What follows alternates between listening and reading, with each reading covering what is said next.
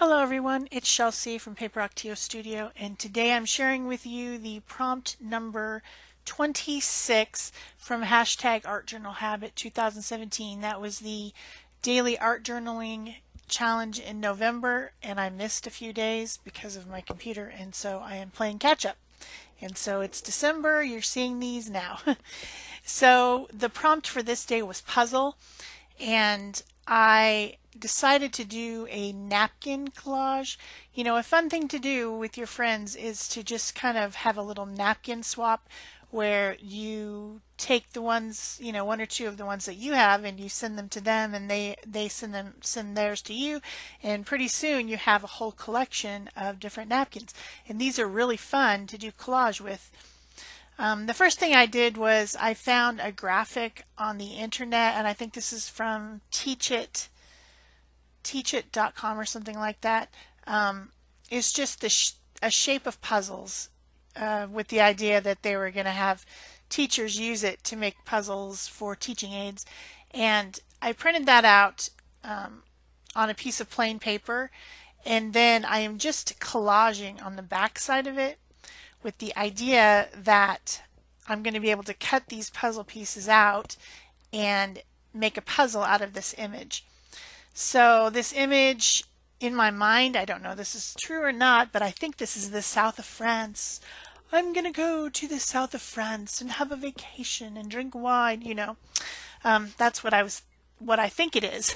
But it's some villas and some fields in the front. It's a very pretty image.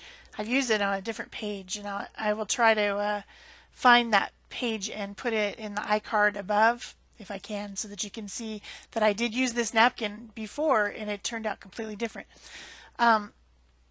So the next thing I did was to put a nice coat of white gesso on my 2 pages. This is a junk journal. Video of me making the junk journal is linked in the description box below.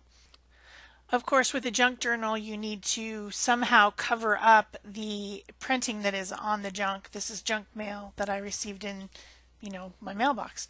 So it's ads. And so putting the gesso on, since I knew I was going to continue with the idea of a napkin collage, the thing about napkin collage is that napkins are pretty translucent, and so you do need to still put the gesso on the page to cover up anything that's really bold, or otherwise it will show through the napkin.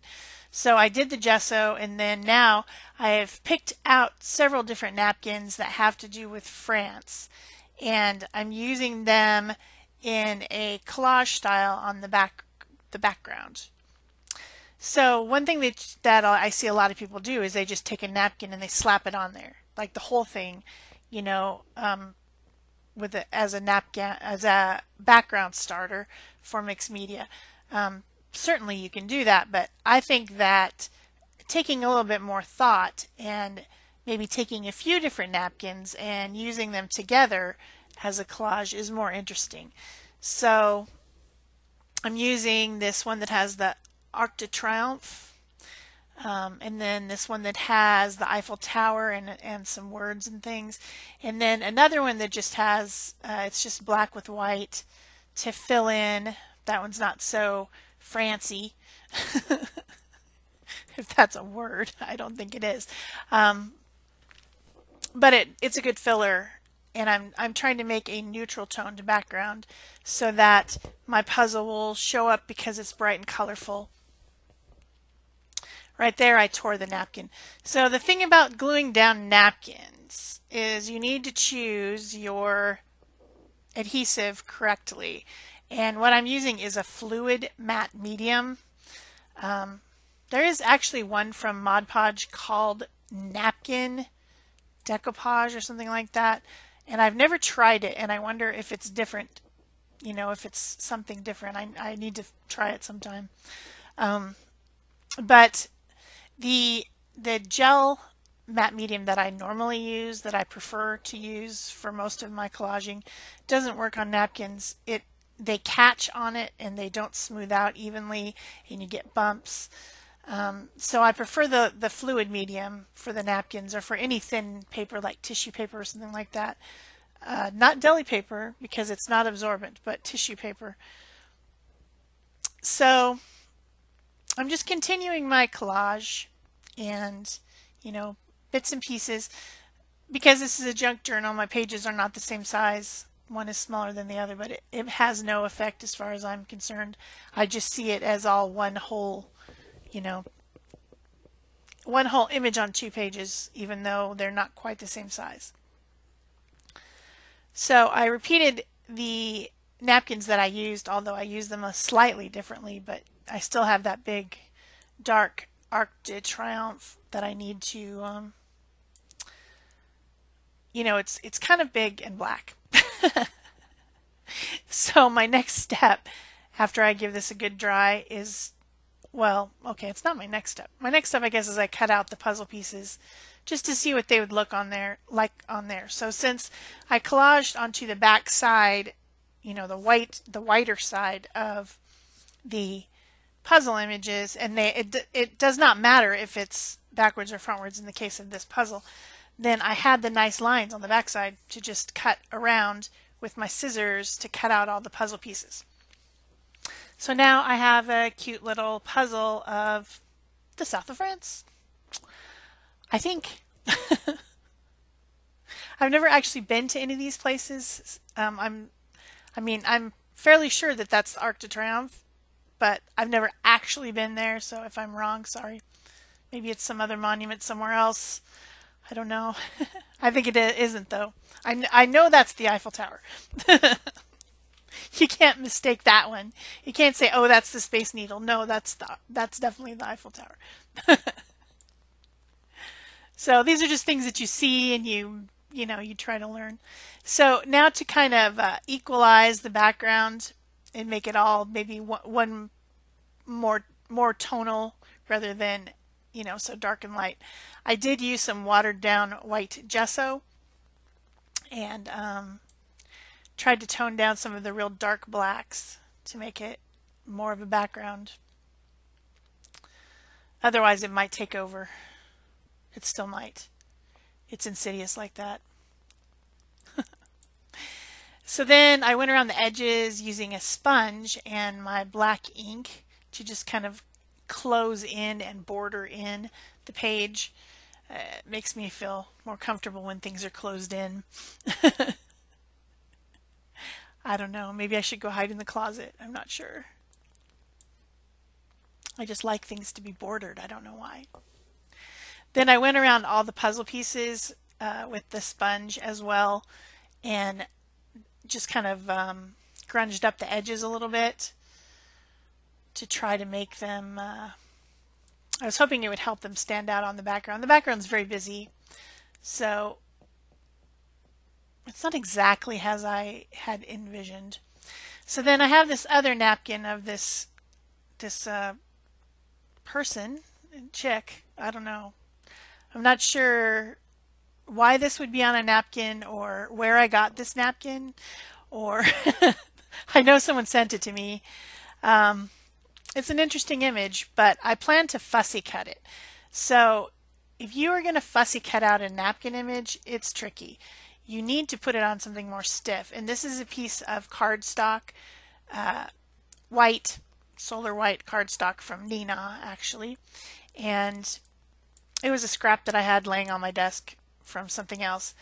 And so I just collaged that napkin piece onto that cardstock and set it aside to dry while I glue on all my puzzle pieces. I wanted to be able to see that these were puzzle pieces. I didn't want to put the puzzle back together because you wouldn't see the shapes unless I drew around them, and no puzzle has black lines in between the puzzle pieces. So I kind of put them, some of them a little bit cattywampus. I hooked a few of them together just so that you could see that yes, this is a puzzle, because otherwise I would have completely missed the prompt. It would just look like a picture, right? Yeah, that's where I made a mistake and I put the wrong piece in the wrong place and had to take it off before it dried. What I'm using to glue these down is Aleene's tacky glue because it's tacky, so it sticks right away, and then you don't have to worry about things moving around. But in order to make it nice and smooth. You do need to smooth it all around to the edges on the back, or else your edges will maybe be popped up a little bit. And I didn't want my edges to pop. So, yes, I know I said that word, but it meant something else in this context. So I'm just continuing to glue them, sticking some together, and some are slightly offset or cattywampus, or however you want to say it. Leaving out one puzzle piece, a nice bright one, so that I can use it on the other side. Because I do have a concept of what this page is about. So I cut out my crazy little girl, and then I cut out this shoe from another napkin. I didn't completely cut it out. I just kind of trimmed around it so that I could stick it onto the page. I thought I was going to use it, then I thought I wasn't going to use it, and then I decided to use it again. So I didn't end up collaging it onto the scrap cardstock, which is what I would have done had I really thought I was going to use it. But it turned out fine. Another nice thing about putting your napkin collage pieces on cardstock is that it brightens them up. Like when I put the shoe over the gray background, then it gets even more gray. Whereas the girl, she's nice and bright and pink. So then my next thing to do is to add shadows and highlights, and I'm using Pitt pins from Faber-Castell. I have a box of them that's all different colors, and I tend to use these a lot for the shadows and highlights. Well, shadows mostly. Don't color with them a lot, although we certainly work for that as well. Because this page is completely sealed with matte medium, I can draw a line onto it and it doesn't absorb, and then I have a few seconds in which I can blend that line with my finger. So you can see me draw, blend, and I'm trying to make the puzzle pieces appear as if they are kind of lifted from the page by having a darker shadow underneath. And then this Pitt pin is the same thing. It's just the big brush one. They call them Stamper's Big Brush, and I don't have the regular size in white. There was no white in the box that I bought, so this is a white pin. And what's unique about these pins is they are India ink, and so once they dry, they're permanent. And the white is slightly opaque. It's not 100% opaque, but it helps me to add highlights to lighten up edges of the puzzle pieces as well, to make them stand out more from the background. And also I added some of the highlights on the shoe as well to make it stand out a little bit more. Where it actually had highlights, I just drew over it. So you can pay attention to the printing that's already on the napkins and enhance those, that way by paying attention. Then I add some shadows underneath the shoe because I can't stand it when things are just floating. It has to have a ground. It has to have something to sit on. It really bothers me. And I, of course, added a shadow under the girl as well to make her have something to stand on. So one of the puzzles of this page is what that girl's doing on the page. If you can puzzle it out, I don't know. She's a napkin. She's cute. I threw her on the page. I'm not sure if she relates to anything on there other than maybe she's some sort of French exotic dancer, maybe. I don't know. Maybe she relates to the shoe. I'm not sure. But anyway, I'm typing out some things to put on the page that make this make more sense. And this is my Brother P-Touch label maker, and I made it has different sizes that you can print out on the labels, and so I made them small, the smallest font. There's 6 different choices. So what it says is, what is puzzling about puzzles? There is always a piece missing, and you will find it in the oddest places. And this is true. Every time you get out a puzzle to make it, and we do this at our home, we like to do puzzles. They're a little bit obsessive, and you kind of get drawn into it. have to sit there and do it. You know, you got to put the puzzle pieces in. So we don't do it very often. On holidays, maybe is the only time when there's time off from work, you know. But you get out the puzzle and you know that you put everything in there. You know you did. But then when you get it out, there's a puzzle piece missing, and you like spend all your time trying to figure out why there's a puzzle piece missing, and then later you find it in some weird place, like in your shoe. So that's what the page was about. And I think that's pretty much it for me. If you've enjoyed this, remember to give it a thumbs up, all that stuff, comment, subscribe, and that's it for me. Bye-bye.